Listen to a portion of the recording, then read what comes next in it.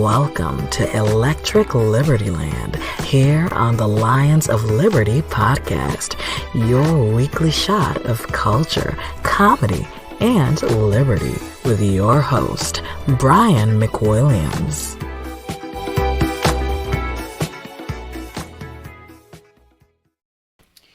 Well, what's happening out there, guys? Welcome to Electric Libertyland 245. I want to say happy Labor Day, everybody. I'm not going to go into a whole diatribe about it. I already did that to my wife in the car this morning about how Labor Day, of course, is supposedly set to remind us about how these unions achieved all these gains for us when we know, in our little hearts of hearts, the truth, which is that technological advancements led to all of the benefits we have today, the free market, innovation, entrepreneurship. That is what led us to have the free time available and the benefits brought to us by industrialization, aka you no longer had to have children working because you had manufacturing lines, you had people able to produce far more product with far less time and far less heavy lifting and labor required of them, allowing us to have free time that allows us to then go on with other entrepreneurial venues or ventures, or at least that's the way it would be if the government didn't get involved and try to stop us by putting up all these roadblocks, red tape, corporate tax rates, etc. But I digress.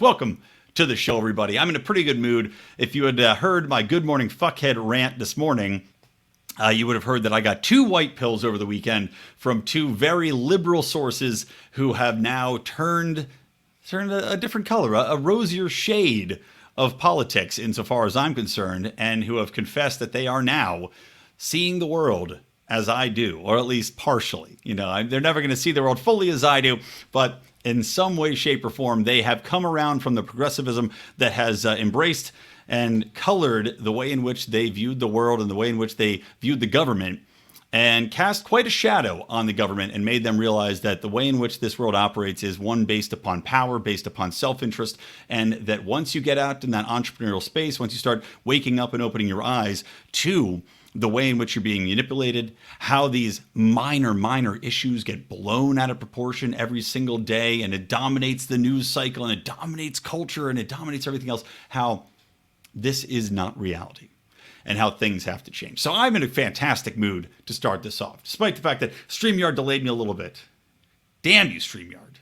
They're having some server issues, but that's all right. I'm here. I'm Brian McWilliams. Because I'm here, I'm queer, get used to it. That doesn't really make sense. So anyway, welcome to the show. You know what? Kicking off, guys, I want to tell you, we've got our Degenerate Gamblers starting up this week. Of course, that is a show. It's a bonus show. It is funny stories. It is gambling picks. And of course, lamenting gambling losses that we do, me, Odie, and Rico. And sometimes we have special guests on as well. But we do that starting up this week. We're going to be recording it tomorrow. And we do that the entire football season, where you can actually take part. If you're in the Lions of Liberty Pride, go to patreon.com/Lions of Liberty. Or if you're in the locals group, we started up. We now have a locals page. Again, locals.com/Lions of Liberty. Lionsofliberty.locals.com. Get in there. You can take part in this event. And you can still get signed up. We're going to start it off. Basically, it's a little fun bucks gambling thing where you can win merch, t-shirts, etc. But good timing, because we also have a fantasy football league that's already going. If you're playing daily fantasy, if you're playing fantasy sports, if you're gambling and you want help winning your league, help making your picks, we have a new sponsor for the show, which is Football Insider Edge. Now, you can get 20% off by going to footballinsideredge.com, putting in promo code LIONS. But these guys have been around. They have been named and recognized by the fantasy industry. Fantasy Football Writers Association actually named them as Football Writers of the Year. So these guys have some chops to them. You're not just making crap up out of thin air. Give you your daily fantasy picks, give you your long-term picks. If you're gambling, they have prop bets on players, long player prop bets. They went like 21-4 on last year. So they are going to give you some good insight. And like I said, you can get in there, get 20% off. Footballinsideredge.com. Use that promo code LIONS. So also, I guess a reason I should be black-pilled by this news. And that's not a bad pun because this is a very black-centric movie. But coming in, you know, that I titled the episode, "It's Not White People, It's Government." And the reason I did that was that I was inspired to talk about this topic because I went and saw Candyman with a buddy of mine on Sunday, evening before Labor Day. And we go in there. I had no idea it was a Jordan Peele movie as I roll my eyes. And, Jordan Peele's a guy that I really liked. I thought Key and Peele was a great show. I thought it was funny. I thought it was poignant. But as I see more of his films, like Get Out, I thought, Get Out was fine. I mean, I wasn't really blown away by it. I didn't think it was anything exceptionally brilliant. It was fine. It was actually in my mind reminiscent of some other horror films that had been made. And of course, it was very racially centric. It had a few things that didn't really make sense in it, but it was fine. It was a fine film. I enjoyed it. Then there was This Is Us. Meh. Again, it's like the Rotten Tomatoes rankings, like I talked about with Chappelle's show or Chappelle's last comedy special, which you'd think would have had the best rankings, right? The best reaction and reviews, but it got slammed because it didn't toe the woke line. So now we've got the opposite with Jordan Peele or any of these other very politically woke activist films. And that's what this is. It's activist filmmaking masquerading as horror.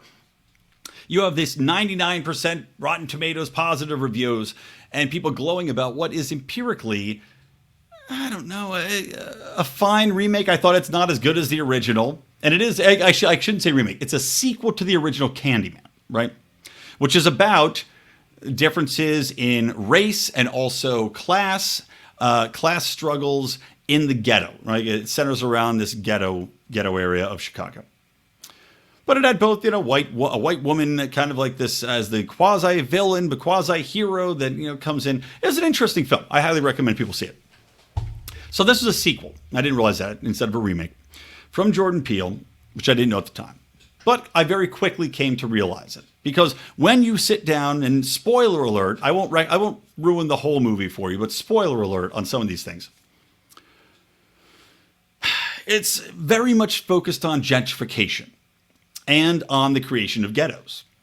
Now, those are two things. I have no problem with gentrification because honestly, the way I look at it, I feel that these people that are in these neighborhoods are not being forced out in many situations. In fact, if anything, they are being offered exceptionally high amounts of money for these properties that they can then sell, make a better life for themselves, and go elsewhere. It's not like somebody's coming in and forcing these people out at gunpoint. To gentrify a neighborhood, you literally have to have people willing to sell that property. At least in 2021, in the past 30 years. Now, if we're going way back when we're talking about the annexation of property, right, that's a different story. And if we're talking about the ways in which the ghettos were created, right, built and created, when we're talking about redlining, people saying we're not going to sell to certain minority groups, we're not going to allow them to bank here, we're not going to allow them to buy real estate here, that's a different animal. Now, those things also happen predominantly, not to point figures at Republican or Democrat, but predominantly under Democratic leadership, right? The ghettos were created under Democratic leadership, and they were not created with only the kind-hearted things in mind. These were created quasi out of racism. Let's put these people somewhere. And Jordan Peele and his co-author, I think it was the director, like a female director, they make a point of saying that. These ghettos were created as basically, as I referred to the welfare system, as gilded cages. They were cheap, affordable housing that they basically pushed these people into who had been decimated by their families being broken up, who had been decimated by overpolicing, who had been decimated by the drug war as it was put into place. This is before Reagan destroyed everything with crack, but still, you had marijuana prohibition, you had overpolicing, as I just said, of these environments. And you had incentive systems being set up under this democratic, mirage of sainthood. And let's just give these people what they want, when really it is a way of control. It is always a method of control. So they talk about the creation of these ghettos, and they lay it out very plainly that they were forced into these areas that they build up, and then later on they tear them down, right? And then they force these people out and they tear them down, they gentrify them, and now they invite all these other people, these white families. And there was kind of a funny moment in the film where a white critic turns it on the black protagonist of the film and says, well, you're an artist. This guy's a painter. You're an artist, and artists are part of the problem when it comes to gentrification, because when they tear down these lofts and they tear down these ghettos and they rebuild them, they invite in these cheap, these artists who want cheap, plentiful rent to come in and nest there, not have to work that hard and be able just to paint and fuck around. And that's kind of the first stage. And a lot of that's true. What do you think about the way in which these movements happen very often? It starts off as very bohemian. You look at Brooklyn, you look at Queens, you look at downtown LA, even. You look at how these places grow, and it's very bohemian, hipster, and it's all artists moving into these kind of poor areas where they can find cheap rent. And then, yes, they make the areas nicer and better. But again, someone has to rent to them. Now, the problem I have with Jordan Peele and this concept is that he blames white people. And he does it very explicitly. And he also, of course, gets into what is basically white people murder porn. Right? There's a scene in a bathroom. Spoiler alert, but again, this doesn't ruin the movie for you. There's a scene in the movie where 5 girls are in the bathroom. And this one girl had gone to the art show and she saw this Candyman exhibit that the protagonist had put up. It says, say his name, right? That's the whole thing. You have to say his name 5 times in the mirror and Candyman appears and then he fucking kills you. So there were 5 girls in the bathroom, popular girls. And they're in the bathroom standing there. And they start to say, Candyman, Candyman. And it's 4 white girls and 1 Asian girl. And when the scene started, I said, oh, it's interesting. They got 1 Asian chick in there and 4 white girls. Said, I don't see any black chicks in this, so I know what's going to happen here. So, sure as shit, I'll be right. But they start saying, Candyman, Candyman. And what happens? The Asian girl, after 2 Candyman, says, oh, I can't do this, and runs out. That's what happens, just white chicks. They got rid of the only woman of color in there because they couldn't kill off on screen a person that wasn't white, right? Because then it wouldn't be murder porn. So, there's other white people that get killed earlier too. So the Asian girl runs out hilariously, and I'm just like, oh well, okay, now I definitely know what's happening. And naturally, the girls say Candyman and nothing happens. And then what happens? Oh, a black girl walks in and they bully her. Because that happens all the time, right? There's always black chicks getting bullied in bathrooms in 2021. So there's the white murder porn aspect of it. But like I said, my main problem was less with that, as ridiculous as that was, and more with the fact that Jordan Peele goes out of his way to say that this is like a white people problem. Like, white people did this. White people are the ones that gentrified us. White people are the ones that forced us into these ghettos, that built these ghettos. Now, while that might be empirically true, because America was a white majority, and, at that point in time, the black population was even smaller than it is today. Well, that might be a contextually accurate description. What it is philosophically imbecilic, because it's not white people that are the problem. The problem is the government. The problem is a power structure in which you have persons or people that are able to be dominated by another segment of the population, aka pure democracy, or aka any mob rule circumstance. And that is what America has as a problem in the most part. Government exacerbates that problem. Think about virtually everything that's happened to the black population. It's not the fault of a race. It is the fault of a government system. That's where, if you talk about systematic racism, you're not talking about the way in which, and this is what drives me nuts when you hear about white fragility and all this other shit and blaming people for the actions of the past and blaming white people today and saying that we're evil and we should feel guilty and we should feel bad for those. I'm sorry, but everyone is complicit in building this society wherein government has this much power. White people built this society on our own, right? And it's fucking us too, but the problem is government. And when you say we're going to point our fingers at white people in 2021 and say, you guys are fucked, you're assholes, you should feel bad, you should feel horrible about this, you guys are evil, you're ignoring the main culprit, which is the governmental system, which the majority of people pointing their fingers at the white population only are ignoring. They're seemingly oblivious of what is giving people the power to force this initiative on people, to force people to live in a certain area, to force people to be, to break up families, to force people into scenarios in which they are more enticed to have a broken family unit and to subsist off poverty wages so that they don't have to operate in the real world or don't have to move up and be motivated because the government is in control. They are keeping them in that gilded cage. It's not white people, guys. It is fucking government. It is these systems of power that are self-perpetuating, that are designed to grow larger and larger, that are staffed and employed with and controlled by people that make millions of dollars, that have friends that make millions of dollars, and that have an ever-expanding staff that is paid off and have some of the best pensions and best benefits and least amount of responsibility, can never be fucking fired. This is the problem. When you allow this monstrosity to grow, become a blob, you are going to have more of this, not less.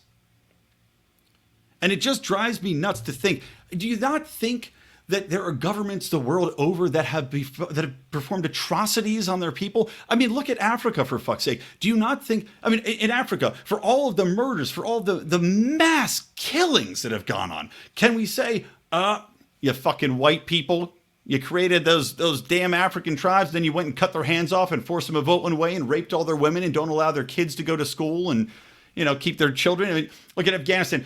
Is it fucking white people that go around murdering people, keeping, again, not allowing children to be educated or women to be educated, not allowing people to drive in Saudi Arabia? This is not a white people problem. This is a government problem. This is a system of authoritarian control problem that we've somehow allowed to be poisoned and subverted into a conversation about race rather than a conversation about permissible power and how that permissible power quickly turns into authoritarian rule and how mob rule and how, it's like, I go back to slavery, right? Slavery, the world over.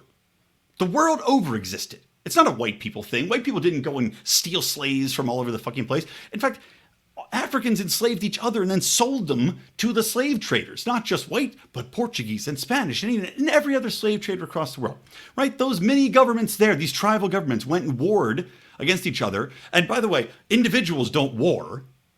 Governments war to the point where they can subsume entire sects of people and enslave them. That is a governmental act, not an individualist act.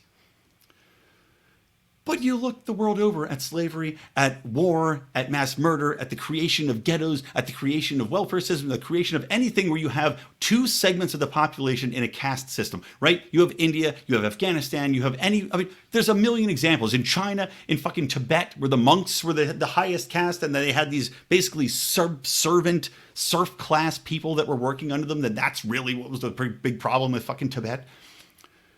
It's not, hey, fuck you, whitey.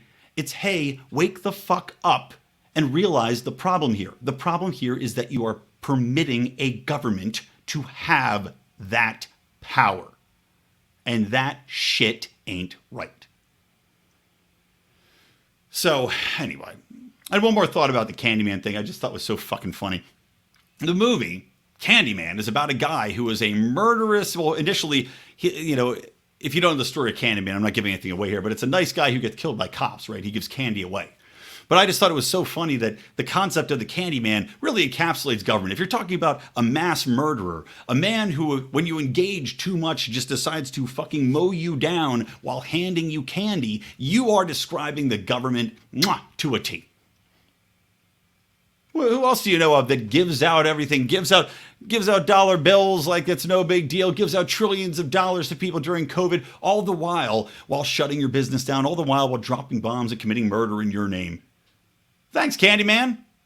Candyman, Candyman, Candyman, Candyman. And then fucking Joe Biden pops up behind you with a hook. But of course, if Joe Biden pops up behind you in a hook, he doesn't know what to do with it. Where am I? I'm going to shoot you straight. I don't know where the fuck I am. Joe Biden is Candyman. Meanwhile, he's giving Hunter Biden nose candy. All right. One more thing, too. On this kick, and then I'll move on to something else here. I was looking at this fucking bullshit with the CDC. And there was, I'm sorry, not the CDC.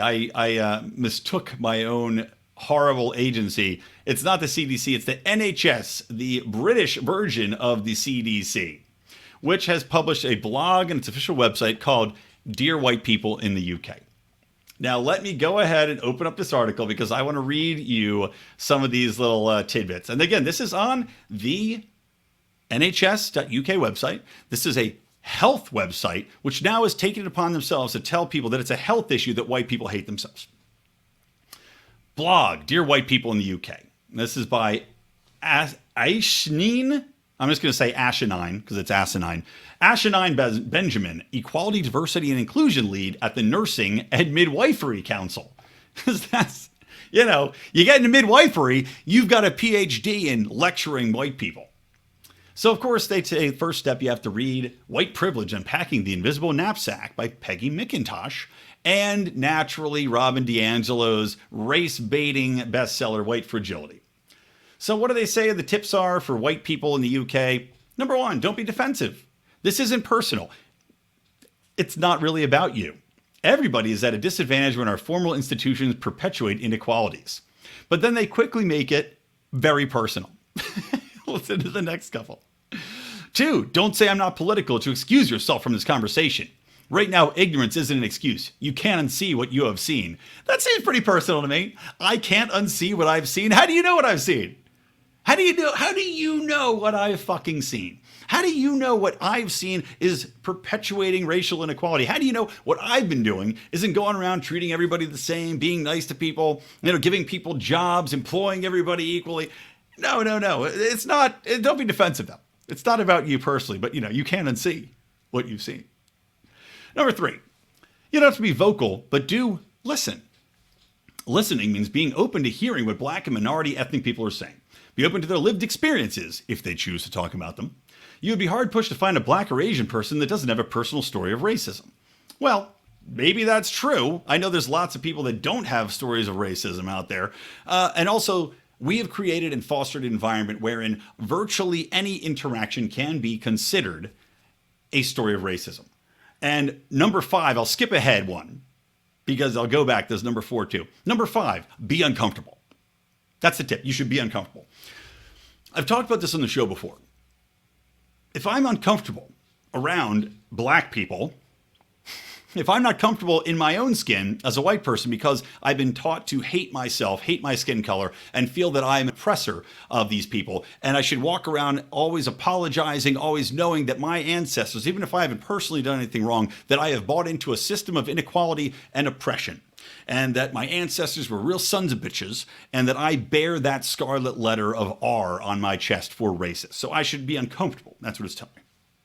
Now, if I'm walking around constantly uncomfortable, and I see a black person walking down the street, well, I'm probably going to be a little odd. I'm probably not going to know exactly when to say hi. If I should say hi, should I ignore this person? If I ignore this black guy walking down the street, is he going to take it as a slight because I didn't look up and give him the, hey, what's up, bro, nod? You know that nod. When not out when you look up. The struggle is real. So I don't give him the what's up, bro, nod, right? So now he thinks, oh, that white fucking motherfucking racist. That guy doesn't want to acknowledge my presence because I'm a black man and the white man has kept me down and the white man is evil and that racist bastard is perpetuating this inequality. And if he was another white person, he would have nodded. Now, for me, I'm probably more inclined to nod at somebody of another race rather than old whitey because I don't worry about old whitey thinking that he's going to be inferior to me. So I got in my way probably to nod to the black people. But then what if I nod to a guy and he goes, oh, this guy's just fucking nodding to me to make sure he's patronizing me now because he's making sure this motherfucker doesn't know me. He's just nodding because I'm black. Cool. All right. We've got a win-win situation there, right? That they've created this. Be uncomfortable. So now you've fostered a system wherein everybody's going to be reading racism into everything. Now, this was not the case 20, 30 years ago, but we have developed an industry around being offended. It's the be offended, be a victim industry that they have fostered that is now out there that we are seeing play out in films, play out in every single aspect of society. From hiring to education to cultivating artworks to entertainment industry. It is all about fostering a system of victimhood, of making sure we know every single difference between everybody and dwelling on it, just dwelling on it in depth. So anyway, going back to number 4, work on your empathy. Visualize myself in the other person's shoes. Discrimination is dehumanization, and the only way to see a person as human is to empathize with them. Again, I think we're in a self-defeating cycle here. Because everyone, I mean, I've been watching Sesame Street with my kid, right? I've watched 30 years of Sesame Street, right? Every single one, we watch it in the morning with my kid. On the weekends, it's just on in the background, right? Songs and ABCs and letters and all that shit. She's not even watching it that intently. She's still so little, but we keep it on so that she says, oh, A, B, C, D, E, F, G. Great. Okay. And there's a train, but there's also emphasis on different cultures, different languages. They go to Africa. They have a multicolored, literally the United Colors of Bennington on this show. And it's been that way since the get-go. You have people that have been on that show for 50 years. They're so old now, it's like a time machine. You watch season 1 and they're kids, not kids, but they're probably 25, 30-year-olds. And now they are in their 70s, 80s. But it's the same black people, white people, Hispanic people, Asian people, all the different colors of the rainbow.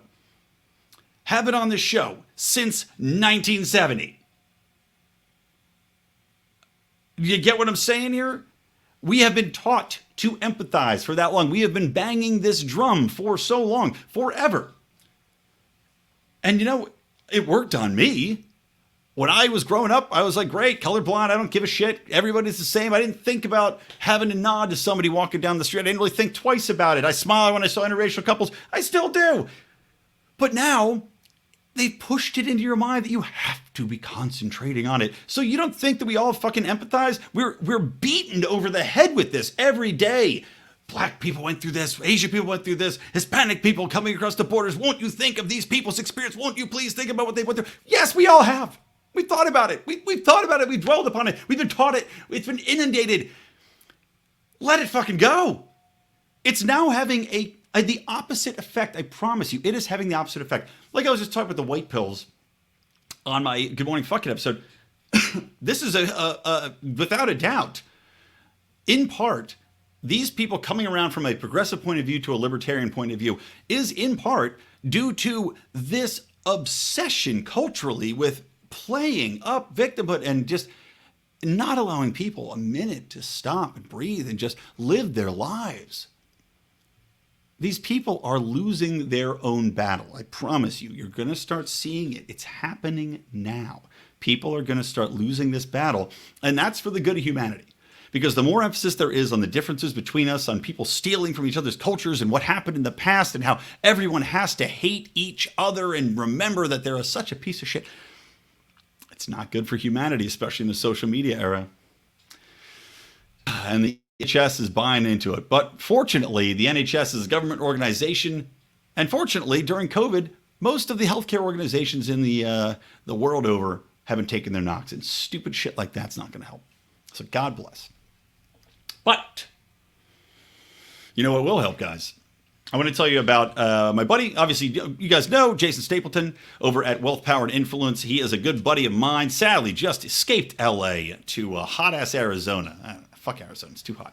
But he has launched an interesting new venture, which I'm a part of, Mark's a part of, Odie's a part of. We're all in there. And as are many other libertarian people that I know, because this is it's basically called the Nomad Network. Now, Jason's built out a network, and what it is it's kind of funny.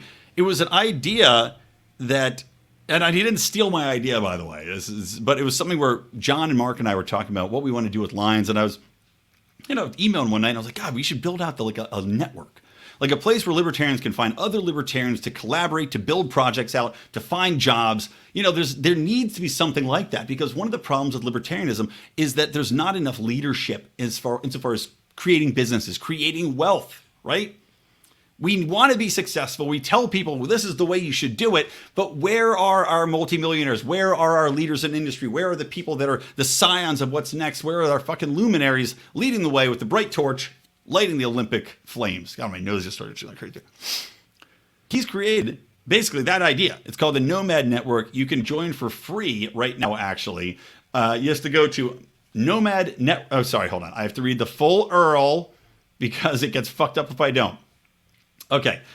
www. Make sure you put in www. www.nomadnetwork.app/lions. You can get in for free using that link.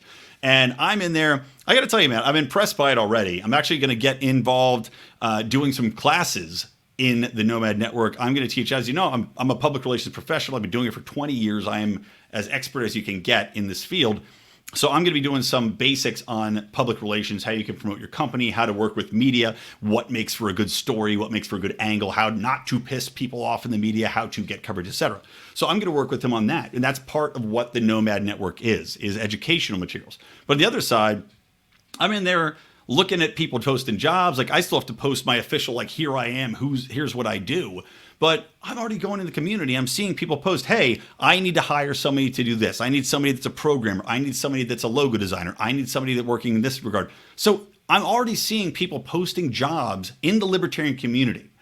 It's fucking awesome. So check that out, guys. If you want to find, like I said, jobs, collaborators, they've got, he's got his podcasts in there. It's going to be classes. Check it out. I think it's going to be an awesome thing for Liberty. Again, go to www.nomadnetwork.app. I had to make sure I got that right. You make sure you put in the www. Something gets messed up with the link if you don't right now. www.nomadnetwork.app/lions. And you can get your free account. You can find it also. If you don't want to get a free account, you can just go to nomadnetwork.app. But use that link I just gave you if you want to get the free account. Okay, moving on. So the other things I want to talk about on the show today, again, I was just talking about the NHS, right? Now I have to look at the CDC, which has published a guide with preferred terms Americans should use. And it suggests citizens should refrain from using dehumanizing language like inmate or foreigners in the name of public health. So this is the guide. It's called Preferred Terms for Select Population Groups and Communities. And goes into, I've got a ton of these different ones. I'll just try to pick and choose because there's so many of them. Disability. Instead of saying disabled or differently abled or handicapped, right? And now remember, these phrases have changed. You used to be able to say disabled, differently abled used to be the polite thing to say. Handicapped used to be a polite thing to say. Instead of being like, hey, retard, you can't say that anymore. So now, afflicted, confined to a wheelchair. Instead of saying all these politically correct terms that we thought were the appropriate things to say as little as 3 years ago, now you have to say people with a disability, people who are deaf or hard of hearing or who are blind or have low vision. People with an intellectual or developmental disability. Again, they're like, you have to be extra super particular about how you say these things. You can't just say disability, guys. That's too easy. You got to really jump through the hoops here. Make it a real challenge for yourself. For fuck's sake. You're not allowed to say people that have disabilities are vulnerable anymore, because that's insulting. And of course, the CDC's got its own little marker. They're aware that some individuals with disabilities prefer to use identity first terminology. So first you refer to the disability, then the rest of the language. A wheelchair woman, is that what they're talking about? That's deaf man over there, deaf man Bob. It's just ridiculous. They've got this for drug abusers. Instead of saying an alcoholic, persons with an alcohol use disorder. Instead of saying a person who's a crackhead, you say persons who smoke drugs. Healthcare access. Listen to this shit. Apparently saying underserved people or communities or the underserved is now politically incorrect / racist / I don't even know, classist. Can't say that anymore. You can't say the uninsured anymore. Instead, people who are underserved by. You have to be very specific. You can't confuse underserved people at McDonald's or underserved people at the bar who aren't drunk enough with somebody that's underserved as far as getting health access. Guys. People who are underserved by mental health, behavioral health resources.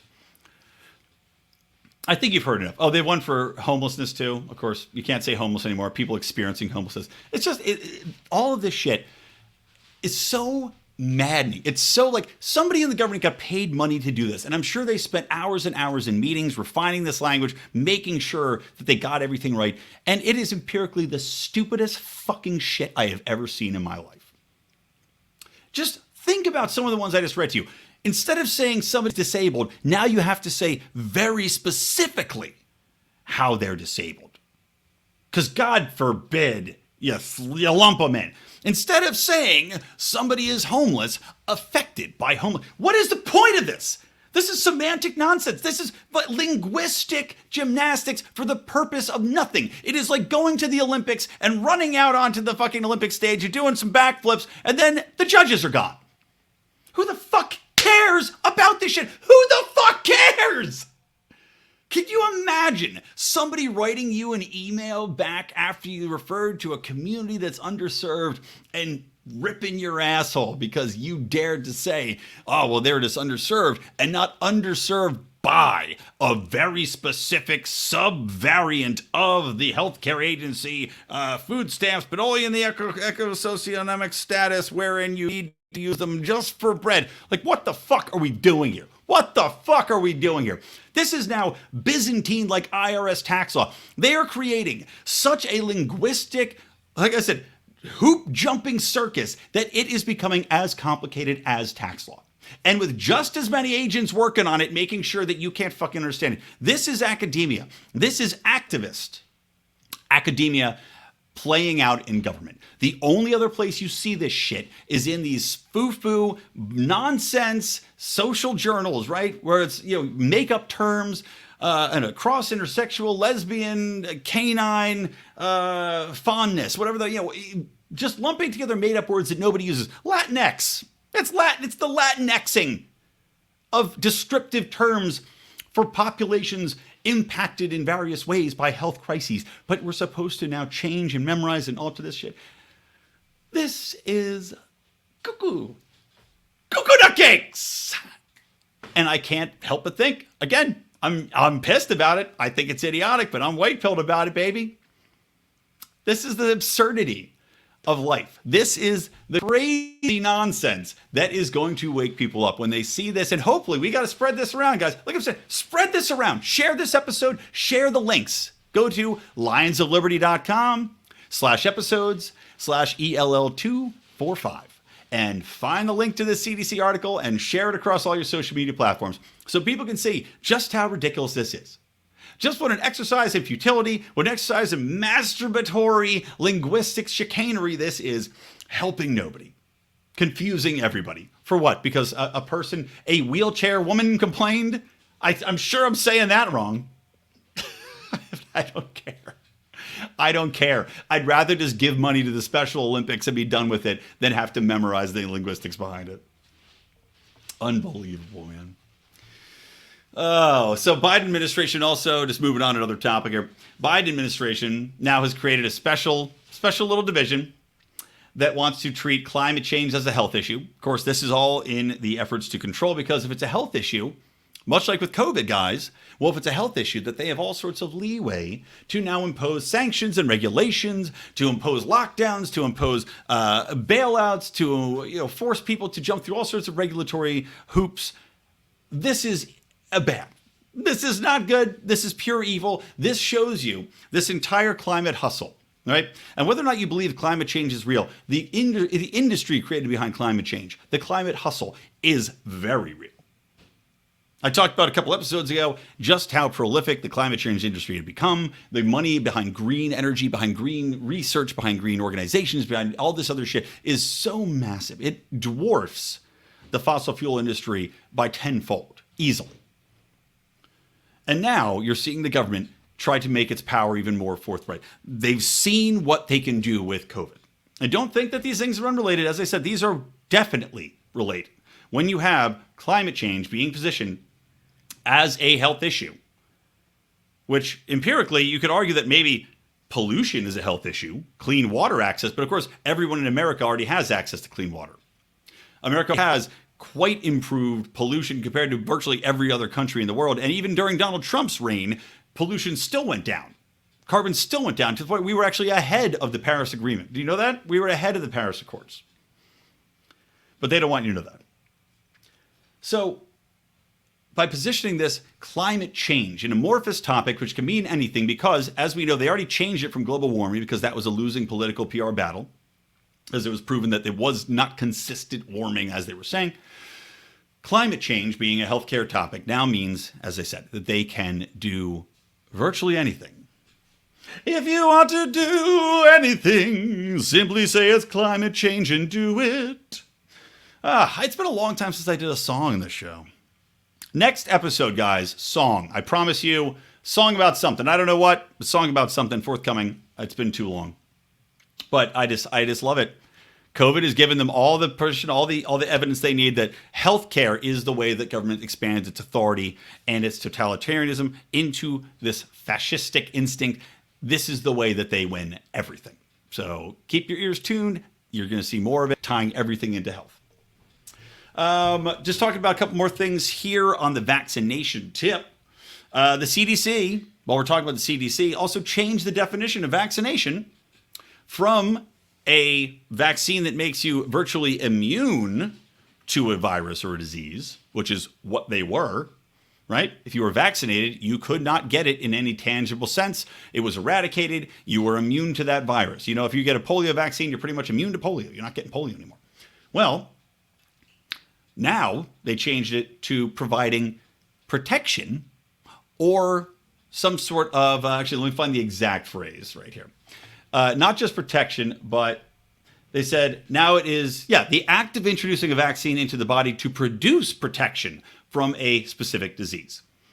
This is no longer the previous definition, which was to produce immunity. So why are they doing that? Because that's a pretty specific thing.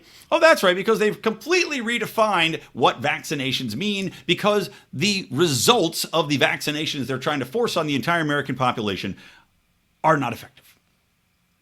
They don't provide immunity. They don't provide what you'd want insofar as the population getting past this crisis.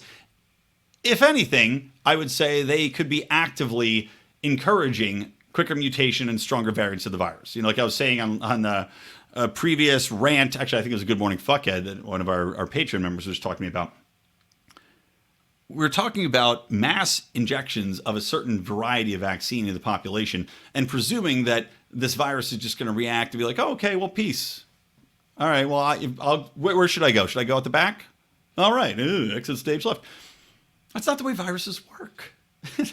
They always mutate. If this is, in fact, like the flu bug, which it is, it's just going to continue to mutate, and having a population that's inoculated against one variant, you could argue quite logically, is going to cause other variants to mutate even faster because you've now sped up the natural process of the virus, which would have run its course, right? Naturally run its course through the population. People have had natural immunity, which is far more effective. We know that for a fact now.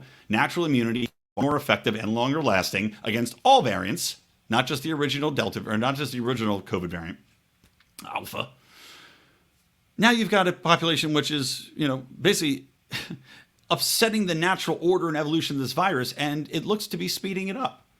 You're seeing people get infected that have been double vaccinated. You're seeing Portugal and Sweden and a ton of other countries cut off any travel to Israel because Israel has a massive outbreak of Delta where, a huge swath of the population has been coming down with this and hospitalized, even though they are the most vaccinated population.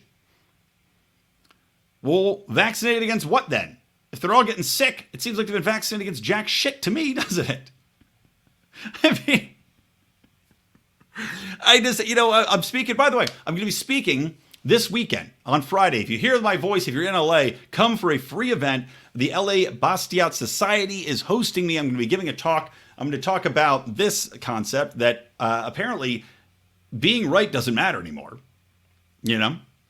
So maybe we should get around that as a messaging thing. Thinking about that one, I think that's going to bring up that. And I'm going to talk a little bit about homelessness and branding for liberty in 2021, how to communicate with people. And again, I'm seeing a lot of movement and white pilling of myself. So I'm going to talk about how we can forward that. But reality and truth don't seem to matter anymore. We gotta try to get into this emotional, common sense point of view, because pointing out the check marks where we've been right about this shit, pointing out the check marks of reality don't seem to be working. So we need to find a way of reaching people that goes beyond this, where we can get past that instinct, that rebound effect instinct that people have. Anyway, I'll talk more about this on Friday. Come on out, guys. I think it's going to be in Silver Lake, if I'm remembering correctly. But it's free. It's on, I'll link to it in the show notes again, lionsofliberty.com/epissodes/ELL245. Come on out, join me. I'm going to be drinking whiskey and spouting my liberty knowledge. But I don't know, it's just so funny to me. They're changing the entire definition of the fucking word. Crazy. And then last thing I wanted to talk about real quick is just, like I said, I'm looking at reactions from a lot of people I'm talking to, right? And there's some people you can't reach, but I'm looking at the way in which culture is turning a bit. Like I was just on my way back, I went to Costco, one of my favorite places in the world, but I went to Costco today, bought some stuff, and on the way back, I'm listening to the radio, and there's a song on the radio, and it's called Hollywood Sucks, I think is the name of the song, right? And I'm like, oh, well, I'm in on this song already. I live in LA, this place does fucking suck, the weather's good, but people are leaving it for a good reason. And I do think Larry Elder is going to replace Gavin Newsom, by the way, which is another big white pill. I think you're going to see him win pretty handily, and I think people are very happy about that. So, getting back to the song, it was by Travis Barker and I think a guy named Kennywood. So, basically, there was a line in the song that they kept repeating, which was pretty funny, and it was like, "Can you move your fucking Prius? You're not Jesus. He wouldn't come here. He hates LA," or something like that. And just like Hollywood sucks, I'm moving to Wisconsin, and I can't remember the exact theme of the song, but I'm like loving it, man, because I'm thinking, this is yet another white pill. This is yet another indication that the culture is changing. Of course, Travis Barker's trying to reach a younger population, right? And I told you guys already, I'm seeing the younger population change. Now, there's a battle, as I talked about last week with Ben Powell. If you missed my talk with Ben Powell about Socialism Sucks, his book, and reaching the younger generation, it's something worth exploring and worth listening to. And again, this is another topic which I'm going to think about quite a bit. And when I go to Austria, which I'm going to be in Austria for the Austrian conference, you can still submit papers. You should come with me. It's going to be awesome. AustrianConference.org, guys. AustrianConference.org. I will be there the whole time. I'm doing a live podcast with some of the luminaries that are going to be speaking there. And I think one of the things I'm going to ask people on the panel is how we communicate most effectively to the younger generation, free market capitalism. How do we reach these kids who have been taught by these socialist teachers that capitalism's evil and that socialism has just been done wrong? But I'm seeing fucking Travis Barker, Kennywood doing this song about how your Prius is a piece of shit. Get the fuck out of the way. You're not Jesus for driving a Prius, jerk off. You're just an asshole blocking the road that's full of himself. Hollywood sucks. I'm going to Wisconsin. You got to get out of these progressive cities. You got to move out to somewhere where it's not covered in progressive ideology, where it's not tearing itself apart, where it's easy to live, where people are leave you the fuck alone. The culture is changing. These people have overplayed their hand. They just don't know it yet. But you're seeing it seep up through the cracks. You're seeing it like that old Eels song, like a daisy through concrete, my friends. You're seeing this pop up, and you're seeing these little seeds start to flower. People are seeing it. People are waking up. We are winning. Believe that. Talk to yourself about it at night when you're trying to fall asleep. Share this show. Subscribe. Tell people to watch our YouTube page. Tell people to listen to the podcast. Hopefully, this episode isn't getting all fucked up. It looks like it keeps kind of stuttering on my screen. I swear to God, if it's all fucked up and there's glitches, I'm keeping it because I don't have time today to do anything else. I got to go get my kid, and my wife just got fucking pins out of her wrist. So anyway, that's it. Guys, I got to tell you, listen to another great podcast. Our buddy Matt McKinley over at Burnin' Daylight, a real-ass cowboy, cowboying, libertarian slanging, talking about real life, real experiences from the back of a horse. Fucking awesome podcast. Check it out. You will not experience another podcast like it. Love him. Called Burnin', BURIN apostrophe Daylight. Burnin' Daylight. Check that out. And don't forget to listen to all of our other fantastic podcasts here at the Lions of Liberty. Of course, Mark on Mondays with his flagship show, Lions of Liberty. He's going to be recording with Jason Stapleton and Dave Smith, having not a debate, but a conversation about moving liberty forward. As you know, they're not seeing eye to eye, but going to be a hell of a conversation. But you can see that live Friday. If you don't want to come see me live in person, but you want to watch this debate live, you get into our Patreon. Again, patreon.com/Lions of Liberty. You can watch that live as it unfolds. And Mark's been having some great guests on as well, of course. You know, we've gone through quite the run, I should say, of fantastic guests during our debate series. I, of course, debated Tho Bishop, had a fun time debating him about whether or not people should vote DeSantis or Dave Smith. Go back, listen to that. Let me know who won. And John just had Dave Smith on his show as well on Thursday, talking about basically finding freedom in your own life. We were jokingly saying we should name my show in the middle of the week Ben Powell and Dave Smith. Just kidding, just to have a Dave Smith week across the fucking boards. Anyway, listen to him, subscribe to him. I love you guys. Thanks for the support. Thanks for listening, and thanks for being a friend. Thank you for being a friend. For me, Brian McWilliams from the Lions of Liberty and from Electric Libertyland, always stay plugged in to Liberty.